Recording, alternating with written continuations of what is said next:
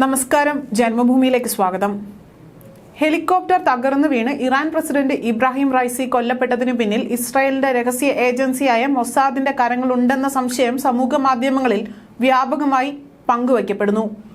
Helicopter താഴേക്ക് പറത്തി ഇടിച്ച് തകർത്ത് ഹെലികോപ്റ്റർ എന്ന മൊസാദ് ഏജന്റാണെന്നും വ്യാപക പ്രചരണമുണ്ട്. ഫ്രഞ്ച് ഇസ്രയേലി TV ചാനലാണ് ഈ വാർത്ത പുറത്തുവിട്ടത്.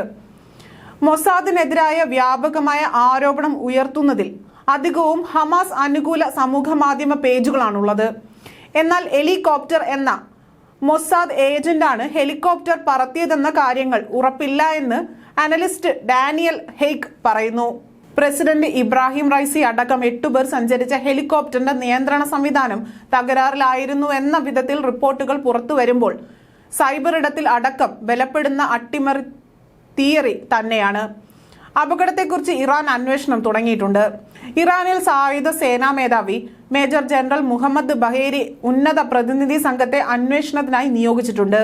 ബ്രിഗേഡിയർ അലി അബ്ദുള്ളാഹിയുടെ നേതൃത്വത്തിലുള്ള സംഘത്തെ സംഭവസ്ഥലത്തേക്ക് അയക്കുകയും ചെയ്തിട്ടുണ്ട്. ഇറാനും ഇസ്രയേലും തമ്മിൽ സംഘർഷ അവസ്ഥയുള്ള രാഷ്ട്രീയ പശ്ചാത്തലവും ഇസ്രയേലും അസർബൈജാനും തമ്മിലുള്ള ബന്ധവും ചൂണ്ടിക്കാട്ടിയാണ് പിന്നിൽ കൃത്യമായ ആസൂത്രണം നടന്നിട്ടുണ്ട് എന്ന് പലരും എക്സിൽ പങ്കുവെക്കുന്നത്. ഇറാനും അസർബൈജാനും വർഷങ്ങളായി നല്ല ബന്ധത്തിലായിരുന്നില്ല. സമീപകാലത്താണ് ബന്ധം നന്നാക്കിയത്. ഇസ്രയേലിന്റെ ചാര സംഘടന മൊസാദിന് പങ്കുണ്ട് എന്ന് സംശയിക്കാൻ കാരണങ്ങളുണ്ട് എന്ന് യൂറോപ്യൻ പാർലമെന്റ് മുൻ അംഗം നിക് ഗ്രിഫിൻ എക്സിൽ കുറിച്ചു. എന്നാൽ അപകടത്തിൽ ഞങ്ങൾക്ക് പങ്കില്ല എന്ന് ഇസ്രയേൽ അനൌദ്യോഗികമായി പ്രഖ്യാപിച്ചിട്ടുണ്ട്. ലോകത്തിൽ അമേരിക്കൻ രഹസ്യ പോലീസായ CIA വെല്ലുന്ന രഹസ്യ പോലീസാണ് ഇസ്രായേലിന്റെ മൊസാദ്.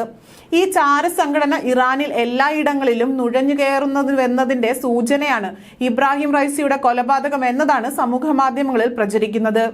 ഇറാൻ പ്രസിഡന്റ് സഞ്ചരിച്ച ഹെലികോപ്റ്ററിന് സാങ്കേതിക തകരാർ ഉണ്ടായിരുന്നതായി വിമാനരംഗത്തെ വിദഗ്ധനായ കെയ്ൻ ബെയ്ലി ഉദ്ധരിച്ച് അൽ ജസീറ റിപ്പോർട്ട് ചെയ്തു. അതുകൊണ്ടാകാം അപായ സന്ദേശം പോലും കൈമാറാൻ പൈലറ്റിന് സാധിക്കാതിരുന്നതെന്നും അൽ ജസീറ ചൂണ്ടിക്കാട്ടുന്നു.